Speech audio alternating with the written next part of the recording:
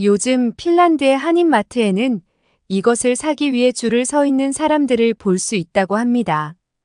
과연 이것은 무엇이길래 사람들이 줄까지 서는 걸까요? 이 내용은 핀란드인 여성의 SNS 사연을 각색 재구성한 것입니다.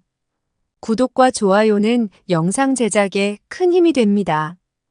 감동TV의 오늘의 이야기를 시작해 볼게요. 안녕하세요. 저는 핀란드인 아이노입니다. 제가 이렇게 사연을 쓰게 된 이유는 핀란드 사람이지만 지금은 한국에서 살고 있기 때문입니다. 저는 핀란드 헬싱키에서 어머니와 둘이서 살고 있었어요. 아버지는 제가 어렸을 때 병으로 돌아가셨기 때문에 저는 의사가 되고 싶었습니다. 처음 한국행을 결심한 건 우연히 본 한국 의료 다큐멘터리 때문이었습니다. 다큐멘터리에서는 한국의 최첨단 의료 시스템과 로봇 수술, 그리고 환자를 대하는 의사들의 모습을 보여주고 있었습니다. 특히 인상 깊었던 건 전통 한의학과 현대의학을 접목한 치료법이었어요. 한국은 정말 핀란드에서는 볼 수 없는 새로운 의학의 세계였습니다. 결정적인 계기는 교환학생으로 한국에 갔다 온 선배의 이야기였습니다. 선배는 한국의 의료진들이 얼마나 헌신적으로 일하는지, 의료 시스템이 얼마나 효율적인지를 열정적으로 설명해 주었어요. 게다가 의대생들의 실습 기회가 훨씬 많다는 말에 더욱 마음이 기울었습니다. 그 후 저는 처음 한국어를 공부하기로 마음먹은 건 고등학교 2학년 때였어요. 제 책상 한켠에는 한국어 교재가 놓여 있었고 침대 옆 벽에는 한글로 된 의학 용어들을 붙여놓았답니다. 매일 밤 핀란드의 추운 겨울바람이 창문을 때릴 때면 저는 유튜브로 한국 의대생들의 브이로그를 보곤 했습니다. 한 손에는 필기장을 들고 다른 손으로는 자막을 멈추고 따라 적으며 공부했습니다. 특히 의학 용어가 나올 때면 더 집중해서 들었답니다. 어머니는 제 방을 지나가실 때마다 웃으셨어요. 이상한 발음으로 혼자 중얼거리는 저를 보면서요. 하지만 전 포기하지 않았습니다. 매일 조금씩이라도 한국어 공부를 했어요. 하지만 어머니는 제가 한국으로 유학 간다고 했을 때 한참을 반대하셨습니다. 유럽에도 좋은 대학이 많은데 왜 하필 그렇게 먼 나라로 가려고 하니? 하시면서요. 더구나 아버지를 일찍 여인후로 저희는 둘이서만 살았기에 어머니의 걱정은 더욱 컸습니다. 아이노, 너는 내가 가진 전부야. 그렇게 먼 곳에 혼자 가서 아프기라도 하면 어쩌려고 그러니? 어머니는 제 마음을 돌리려고 설득을 하셨습니다. 스웨덴이나 노르웨이의 대학도 추천하셨고 심지어는 헬싱키 대학에 남아있으면 새 차를 사주겠다고도 하셨습니다. 하지만 전 한국의 의료기술과 시스템이 궁금했습니다. 우리나라와는 다른 의료체계를 배우고 싶었거든요. 엄마 걱정하지 마세요. 제가 잘할 수 있어요. 매일 전화할게요. 영상통화로 제 얼굴도 보여드릴 수 있잖아요. 결국 어머니를 설득하는 데 성공했고 저는 서울행 비행기에 올랐습니다. 창밖으로 보이는 구름을 보며 생각했죠. 이제 곧 새로운 삶이 시작되겠구나. 11시간의 비행 끝에 인천공항에 도착하게 되었는데 저는 비행기에서 내리자마자 너무 놀랐어요. 한국의 공항이 너무 좋아서 여기가 정말 한국이 맞아 의심을 할 정도였습니다. 짐을 찾고 공항 철도를 타면서도 자신감이 넘쳤습니다. 그런데 주변에 한국 사람들이 두꺼운 패딩을 입고 있는 걸 보며 영하의 날씨도 아닌데 한국 사람은 추위에 약한가 보다라고 생각했습니다. 저는 대학 입학 전에 1년 동안 한국어 어학원을 다니면서 입시 준비를 하기로 했습니다. 어학원에서의 첫 3개월은 정말 바빴습니다. 오전에는 한국어 수업을, 오후에는 도서관에서 의대 입학 준비를 했어요. 때로는 너무 힘들어서 포기하고 싶을 때도 있었죠. 한국어로 된 의학 용어들을 외우는 건 생각보다 더 어려웠거든요. 그런데 다른 것보다 더 어려웠던 점이 있었으니 그건 바로 한국의 겨울이었습니다. 한국에 도착한 첫 주는 괜찮았습니다. 영상 3도라는 날씨에 이 정도면 봄날이네. 라고 생각했으니까요. 하지만 진짜 추위는 그 다음부터였습니다. 시베리아에서 불어오는 바람이 서울 전체를 휘감더니 체감 온도가 순식간에 뚝 떨어졌습니다. 정말 이상했습니다. 분명 온도계는 영하가 아닌데 몸은 마치 헬싱키의 영하 20도보다 더 춥다고 아우성치는 것 같았어요. 게다가 건조한 공기는 제 피부를 갈라놓았습니다. 같은 반 한국 친구들은 제가 패딩도 없이 다니는 걸 보고 깜짝 놀라면서 제게 말했어요. 아이노, 너 감기 걸리겠다. 이러다 정말 아프면 어쩌려고. 괜찮아, 나 핀란드에서 왔잖아. 하지만 자신만만하게 굴던 저는 결국 한국 겨울 날씨에 항복했습니다.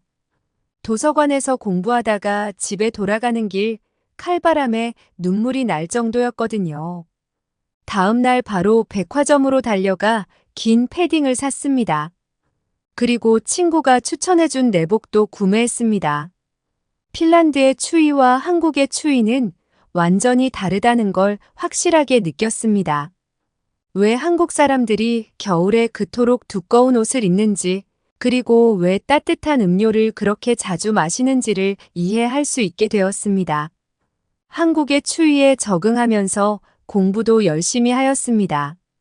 하지만 생각보다 공부가 힘이 들었는데 어학원 선생님들이 많이 도와주셨어요.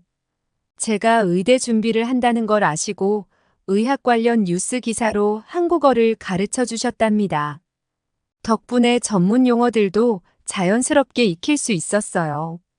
매일 밤 기숙사로 돌아와서도 공부는 계속됐습니다. 한 손에는 한국어 교재를, 다른 손에는 생물학 책을 들고 밤늦게까지 공부했습니다. 룸메이트 리에는 일본에서 온 학생이었는데 저처럼 의대를 목표로 하고 있어서 서로 많은 도움이 됐습니다. 그리고 마침내 그날이 왔습니다. 떨리는 손으로 합격자 발표 웹사이트에 접속했을 때 제 이름을 발견한 순간의 기쁨은 잊을 수 없어요. 즉시 어머니께 전화를 걸었죠. 엄마, 제가 해냈어요. 합격했어요. 어머니도 정말 축하해 주셨고 제 다짐이 진심이라는 걸 느끼신 것 같았어요. 어학원 선생님들과 친구들도 제 합격 소식을 듣고 축하해 주었어요. 그날 저녁 친구들과 삼겹살을 먹으며 새로운 시작을 축하했답니다. 이제 진짜 한국 의대생이 된다고 생각하니 설렘과 두려움이 동시에 밀려왔어요. 하지만 이미 한 번 해냈으니 앞으로도 잘 해낼 수 있을 거란 자신감이 생겼습니다. 그렇게 시간이 흘러서 한국 의대 첫 수업 날이 다가왔습니다. 강의실에 들어서는 순간 모든 시선이 저를 향했어요. 금발머리의 외국인 학생이 낯설었나 봅니다. 자기소개를 할 때는 더욱 긴장됐어요. 한국어로 열심히 준비했는데 떨리는 목소리로 더듬더듬 자기소개를 하고선 제 자신이 한심스러웠습니다. 그런데 다행히도 옆자리에 앉은 민지가 먼저 말을 걸어주었습니다. 민지는 제가 교수님 말씀을 이해하지 못할 때마다 영어로 설명해 주었고 의학 용어가 나올 때면 따로 정리해서 보여주었어요. 다른 친구들도 점심시간마다 저를 데리고 다니며 학교 생활을 알려주었습니다. 특히 해부학 실습 때가 기억에 남습니다. 처음으로 큰 실수를 했을 때였어요. 준비물을 잘못 이해해서 가져오지 못했는데 친구들이 자기 것을 나눠주며 괜찮다고 했습니다. 그때 진짜 눈물이 날 뻔했어요. 한국 친구들은 정말 다정하고 정이 많아서 제가 힘들 때마다 도와줬습니다. 한 달이 지나자 수업 내용도 조금씩 이해되기 시작했고 의학 용어들도 익숙해졌습니다. 친구들 덕분에 한국어 실력도 늘어서 이제는 교수님과 대화도 할 수 있게 됐어요. 점심시간에 다 같이 모여 비빔밥을 먹으며 웃고 떠들 때면 이곳이 제 자리라는 생각이 들었습니다. 어느 날 민지가 물어보더군요. 아이노, 이제 한국 생활 괜찮아? 응, 너무 좋아. 다들 고마워. 뭘 우리가 핀란드에 갔어도 넌 분명 이렇게 해줬을 거잖아. 그 말을 들으며 생각했어요. 서로 다른 나라에서 왔지만 같은 꿈을 향해 가는 친구란 이렇게 좋은 거구나. 그리고 이렇게 따뜻한 친구들이 있어서 정말 다행이라고 생각했습니다. 그렇게 한국대학교에 적응해 가다가 시험 기간이 왔습니다.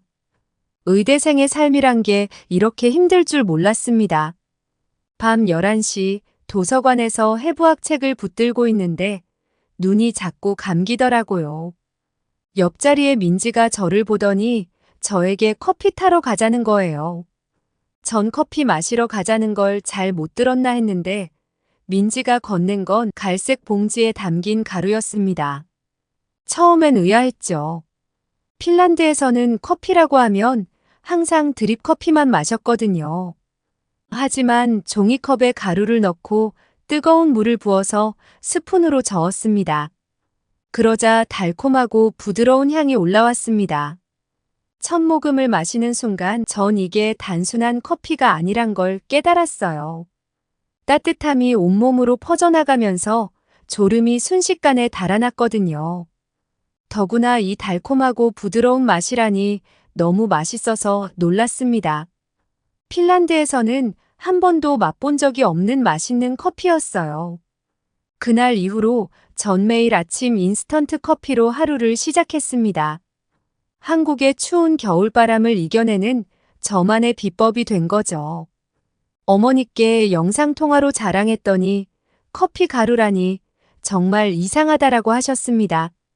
그렇게 한국에서의 1년이 지나고 겨울방학이 왔습니다. 어머니는 저를 보러 한국에 오겠다고 하셨고 저는 어머니를 맞이하러 인천공항으로 향했습니다.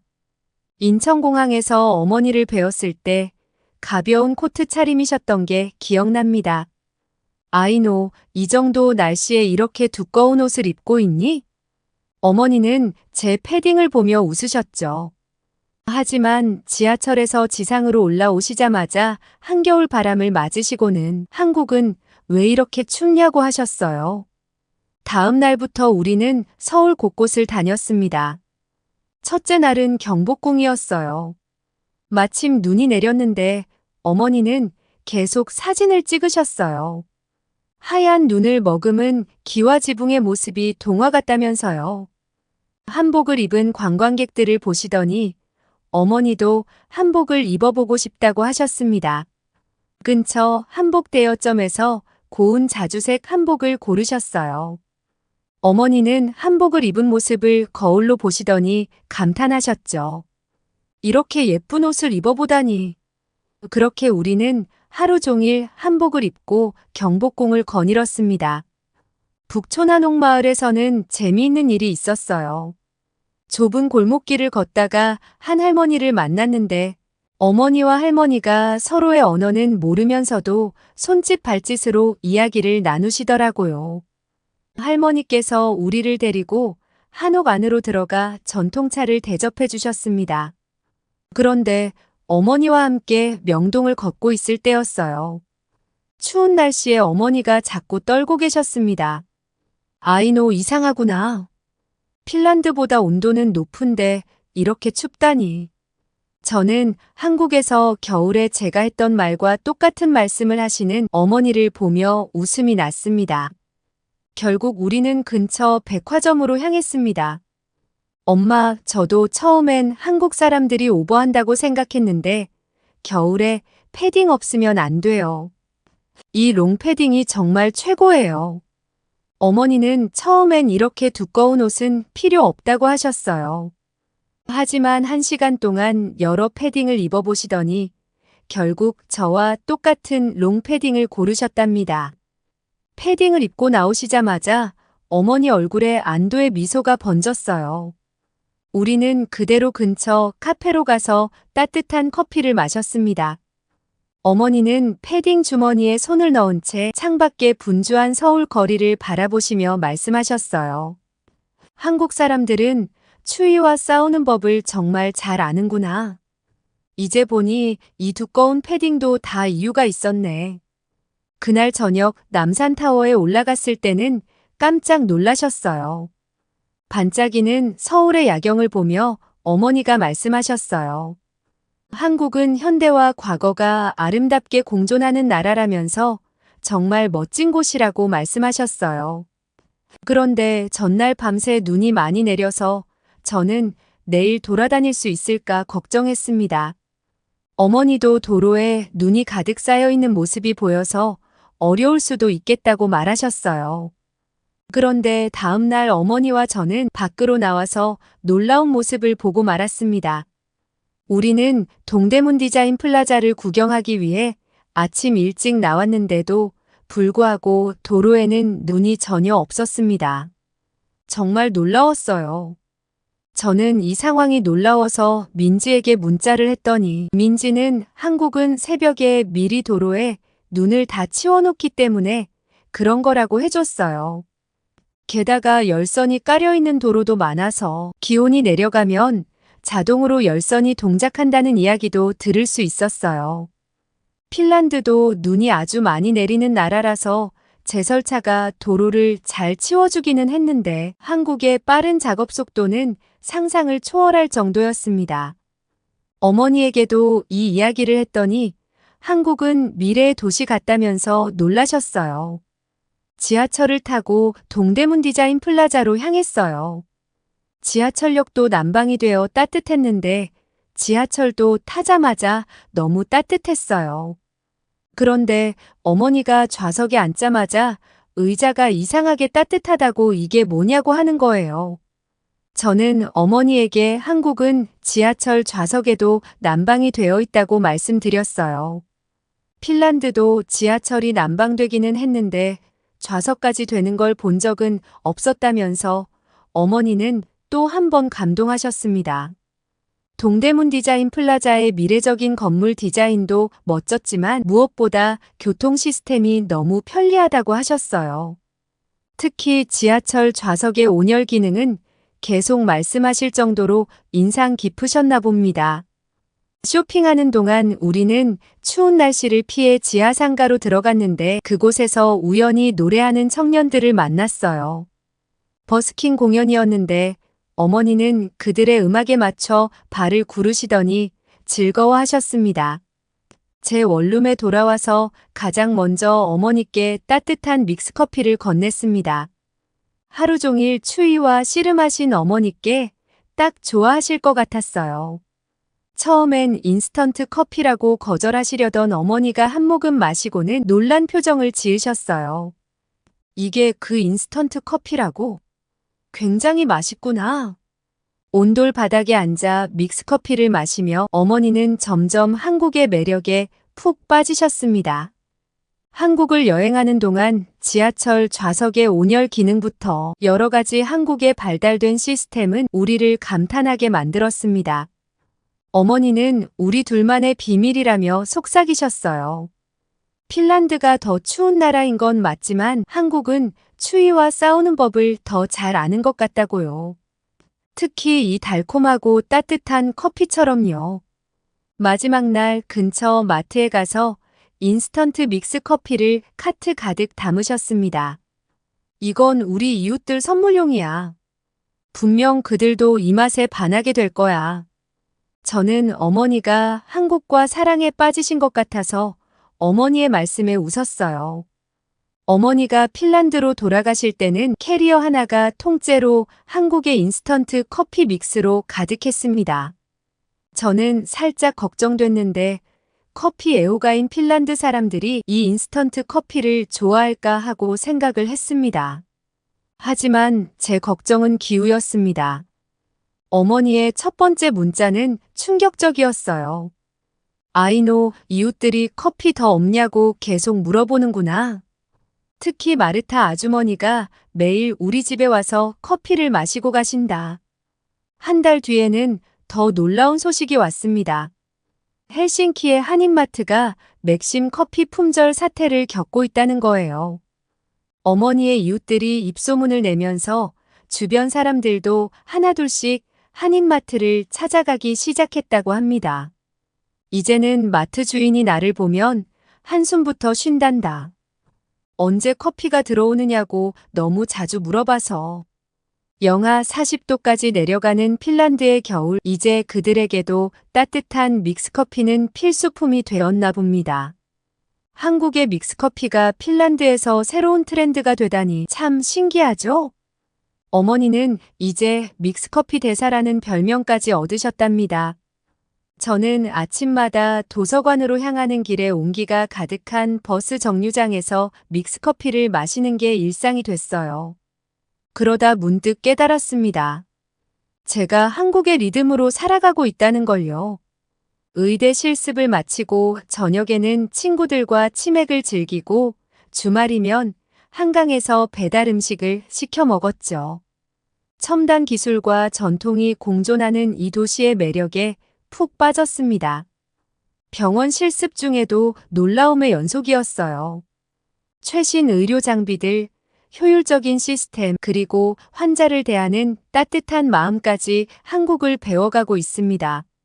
며칠 전에 민지가 저에게 이제는 완전 한국인 같다고 말해서 웃었어요.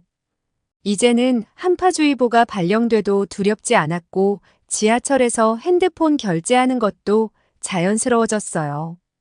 저는 여전히 핀란드인이지만 제 안에는 이미 한국의 일부가 자리 잡고 있었습니다. 특히 이 달콤하고 따뜻한 믹스커피처럼 이제는 아침마다 이 커피 없이는 하루를 시작할 수 없게 되었답니다. 저의 이야기는 여기까지입니다. 여러분, 아이노 씨의 이야기 어떻게 보셨나요? 한국은 매서운 겨울 추위와 싸우는 법을 잘 아는 나라입니다. 그리고 그 지혜를 믹스커피 한 봉지에도 담아낼 줄 아는 나라이기도 하죠. 핀란드처럼 추운 나라 사람들조차 감탄하게 만드는 이런 세심함이야말로 한국의 진정한 저력이 아닐까요? 아이노 씨가 한국의 의학을 배우러 온 것처럼 한국은 누구나 와서 배우고 성장할 수 있는 곳입니다. 의료기술, 교통시스템, 편의시설까지 모든 면에서 세계 최고 수준의 경쟁력을 갖추고 있습니다. 점점 한국의 매력에 빠져드는 외국인들이 많아지는 행복한 사연이었습니다. 감동TV는 감동적이고 재미있는 사연을 기다리고 있습니다. 다음에도 재미있는 사연으로 찾아뵙겠습니다. 시청해주셔서 감사합니다.